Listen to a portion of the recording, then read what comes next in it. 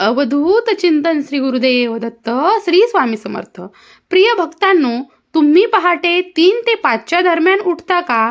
तुम्हाला पहाटे 3 ते 5च्या दरम्यान लघवी करावी लागते का? मग सावध व्हा, ही सामान्य गोष्ट नाही. पूज्य महाराजांनी सांगितले, हे रहस्य तुमची झोप हिरावून घेईल. शेवटी भक्तांनो, हे विश्व तुम्हाला काय सांगू इच्छितं?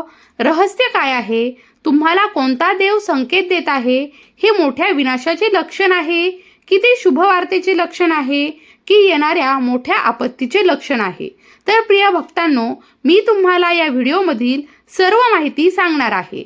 पण त्यापूर्वी माझी तुम्हाला एक छोटीशी विनंती आहे. हा व्हिडिओ शेवटपर्यंत नक्की पहा. तो कुठेही स्किप करू नका, कारण ही माहिती खूप मौल्यवान आहे. आणि हा व्हिडिओ इतर लोकांसोबत देखील शेअर करा, जेणेकरून इतर लोकांना देखील त्याचा फायदा होईल. तर मित्रांनो, पहा, गोष्ट अशी आहे की सल्ला देणं माझं काम आहे. मी फक्त सल्ला देऊ शकते. आता तुम्ही विश्वास ठेवा किंवा नका ठेवू, ही तुमची इच्छा आहे. पण भक्तांनो, मी एक गोष्ट नक्की सांगेन की जर तुम्ही यावर विश्वास ठेवला तर तुमची बोट वाचेल. हा व्हिडिओ शेवटपर्यंत पाहिल्यानंतर तुम्हाला कोणत्या प्रकारच्या समस्येचा सामना करावा लागणार नाही. बाकी तुमची इच्छा. तुम्ही स्वतः खूप शहाणे आहात. म्हणून चला व्हिडिओला सुरुवात करूया. भक्तांनो, पहाटे 3 ते 5 वाजेपर्यंतचा वेळ हा सामान्य वेळ नाही. या काळामध्ये विश्वातील अनेक शक्ती जसे की देव, देवी, भूत, आत्मे इत्यादी सक्रिय असतात आणि त्या सर्वांना मानवाकडून म्हणजेच आपल्याकडून देखील सिग्नल मिळवायचे असतात. प्रिय भक्तांनो, जेव्हा आपण आपल्या आयुष्यामध्ये काही चुका करतो तेव्हा देव आपल्याला सिग्नल देतो आणि आपल्याला सांगू इच्छितो की आपण आपल्या आयुष्यात ज्या चुका करत आहोत त्या आपण भविष्यात करू नये.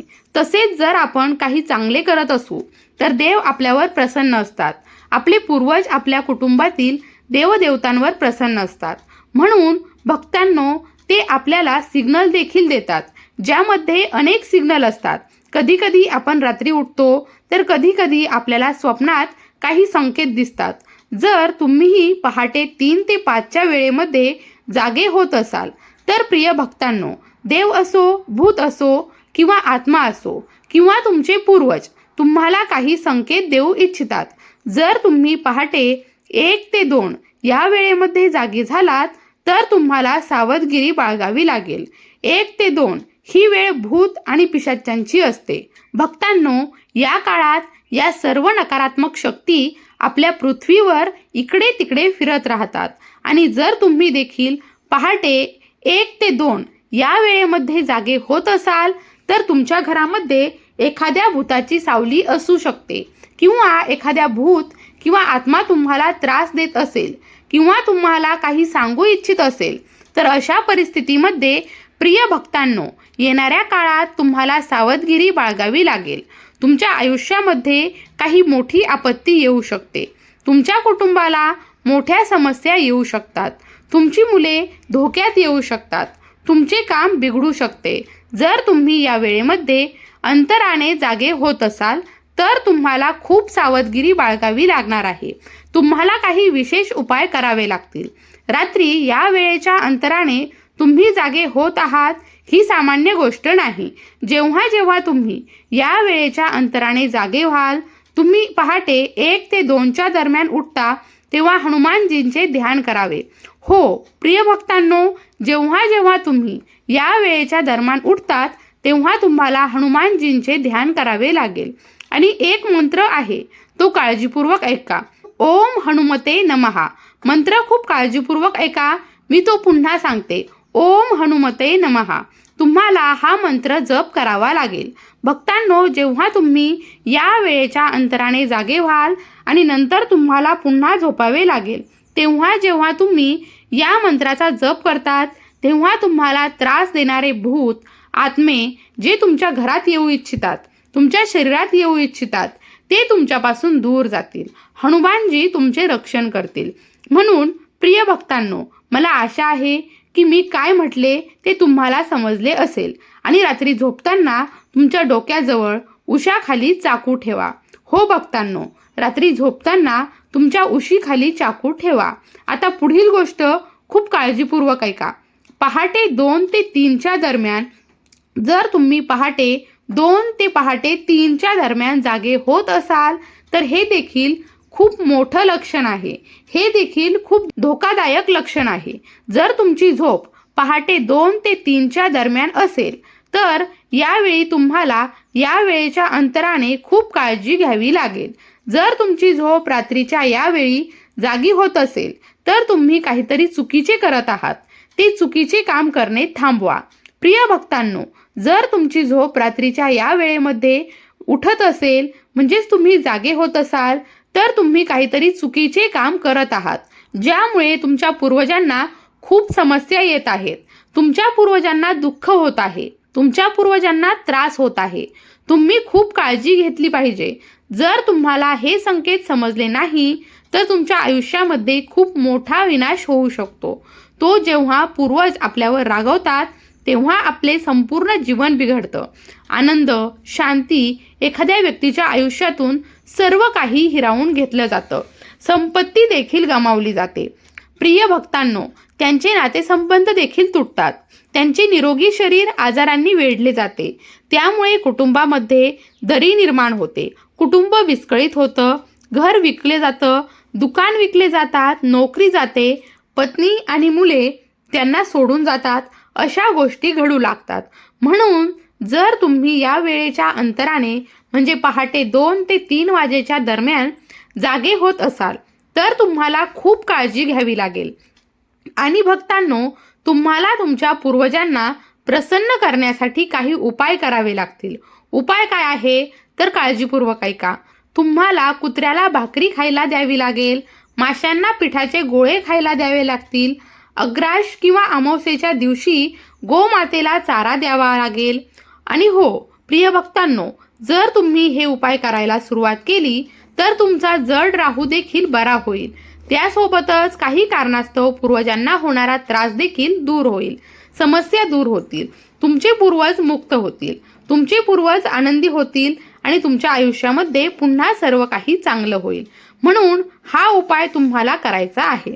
आता पुढची गोष्ट म्हणजे जर तुम्ही पहाटे 3 ते 4च्या दरम्यान उठत असाल तर तुम्हाला खूप काळजी घ्यावी लागणार आहे.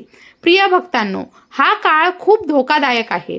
जेव्हा आपल्या घरातील कुलदेवता आपल्यावर रागवते, जेव्हा आपल्या घरातील देवता आपले कुलदैवत जे आहेत ते आपल्यावर रागवतात, तेव्हा ते आपल्याला एक संकेत देतात की तुम्ही काहीतरी चुकीचं करत आहात. आता तुम्ही चुका करणे थांबवा. ते सोडा. असे बरेच लोक आहेत ज्यांना त्यांच्या घरातील कुलदेवतांची आठवण राहत नाही. असे बरेच लोक आहेत त्यांना जे त्यांच्या घरातील कुलदेवतांची पूजा देखील करत नाही. तेव्हा कुलदेवता रागवतात आणि अशा समस्या उद्भवू लागतात. प्रिय भक्तांनो, ज्या घरामध्ये कुलदेवता रागवतात त्या घरातील कोणीही कधीही प्रगती करू शकत नाही. कुटुंब कधीही प्रगती करू शकत नाही. कुटुंबामध्ये भांडणे होतात. घरात मुलं आजारी पडतात. मुलांची लग्न होत नाही. लग्नात अडचणी येतात. समस्या उद्भवतात. जेव्हा आपल्या घरातील कुलदेवतांचे रक्षण होत नाही तेव्हा या सर्व समस्या उद्भवतात. म्हणून अशा परिस्थितीमध्ये तुम्हाला काळजी घ्यावी लागणार आहे. भक्तांनो, जर तुम्ही रात्री 3 ते 4 वाजेच्या दरम्यान जागे होत असाल तर तुमचे कुलदेवता तुम्हाला संकेत देत आहेत की तुम्हाला आता काळजी घ्यावी लागणार आहे आणि आता तुम्हाला कुलदेवतेची पूजा करायला सुरुवात करावी लागणार आहे. म्हणून रात्री 3 ते 4 या वेळेमध्ये तुम्हाला या गोष्टीची काळजी घ्यावी लागेल. पौर्णिमेच्या दिवशी तुम्हाला तुमच्या घरातील कुलदेवतांची पूजा करावी लागेल. त्यांना धूप अर्पण करावा लागेल. प्रिय भक्तांनो, आता पुढची गोष्ट आहे ते म्हणजे तुम्हाला रात्री 3 ते 4 वाजेपर्यंत वेळ सांगितली आहे, पण पहाटे 4 ते 5 वाजेपर्यंतची वेळ. हो भक्तांनो, पहाटे 4 ते 5 वाजेपर्यंतची वेळ खूप खास आहे. जर तुमची झोप या वेळेत जागी होत असेल तर मग ती लघवी करण्याच्या गरजेमुळे असो किंवा अचानक जाग येत असेल तरीही तुम्ही आनंदी राहावे. प्रिय भक्तांनो, देव तुम्हाला संकेत देत आहे. विश्वातील देव तुम्हाला संकेत देत आहेत की तुम्ही तुमच्या आयुष्यामध्ये खूप प्रगती करणार आहात. तुमचा शुभकाळ रात्रीपासून सुरू होतो. म्हणजे जेव्हा आपण पहाटे 4 ते 5च्या दरम्यान उठतो तेव्हा आपला देव परमेश्वर आपल्याला प्रसन्न असतो. भक्तांनो, विश्वाची सर्व शक्ती आपल्यावर प्रसन्न असते. तेव्हाच आपण आपल्या झोपेतून जागे होतो. म्हणून जेव्हा जेव्हा तुम्ही पहाटे 4 ते 5च्या दरम्यान उठतात, तेव्हा त्यावेळी तुम्हाला देवाचे, भगवान महादेवाचे स्मरण करावे. ओम नमः शिवाय या मंत्राचा जप करावा आणि नंतर पुन्हा झोपी जावे लागते. प्रिय भक्तांनो, हा काळ खूप पवित्र आहे. हा ब्रह्ममुहूर्त आहे. जर तुम्ही यावेळी जागे होत असाल तर तुम्ही खूप भाग्यवान आहात. तुमचा चांगला काळ लवकरच सुरू होणार आहे. देव तुमच्यावर प्रसन्न आहे. देव तुम्ही केलेल्या कामावर प्रसन्न आहे. हे काही संकेत आहे जे समजून घेणं खूप महत्त्वाचं आहे. आता काही स्वप्ने आहेत. हो भक्तांनो, जर देव स्वप्नातही संकेत देतो तर काही भूत आणि आत्मे देखील असतात. काही संकेत आहेत, त्यांना ओळखणे खूप महत्त्वाचे आहे. या संकेतांना ओळखून आपण आपल्या आयुष्यामध्ये येणारे दुःख टाळू शकतो. म्हणून स्वप्नातही आपल्याला काही संकेत मिळतात. जर तुम्हाला स्वप्नात साप दिसला तर तुम्ही खूप काळजी घेतली पाहिजे. हे लक्षण चांगलं नाही, ते अशुभ चिन्ह मानलं जातं.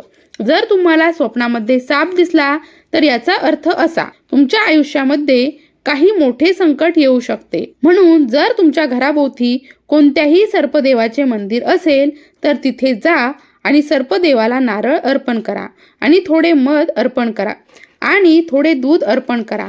प्रिय भक्तांनो, हा उपाय करा आणि मी पुढील गोष्टीकडे जाते. जर तुम्हाला स्वप्नामध्ये लहान मुले दिसली तर लहान मुले किंवा लहान मुलगी दिसली तर ते खूप चांगले लक्षण मानले जाते. असं मानलं जातं की येणाऱ्या काळात तुमच्या आयुष्यामध्ये खूप आनंद येणार आहे. आणि जर तुम्ही उंचावरून पडत असाल, छतावरून पडत असाल, डोंगरावरून पडत असाल तर हे देखील एक चांगले लक्षण मानले जाते. असं मानलं जातं की जर आपण स्वप्नात उंचावरून पडत असाल तर आपण आपल्या वास्तविक जीवनात खूप प्रगती करतो. म्हणून आजच्या व्हिडिओमध्ये मी बरीच माहिती दिली आहे. जर तुम्हाला माहिती समजली असेल तर तुमच्या जीवनाला चांगली दिशा देणे तुमच्यासाठी खूप सोपे होईल. भिवू नकोस, स्वामी सदैव पाठीशी आहेत.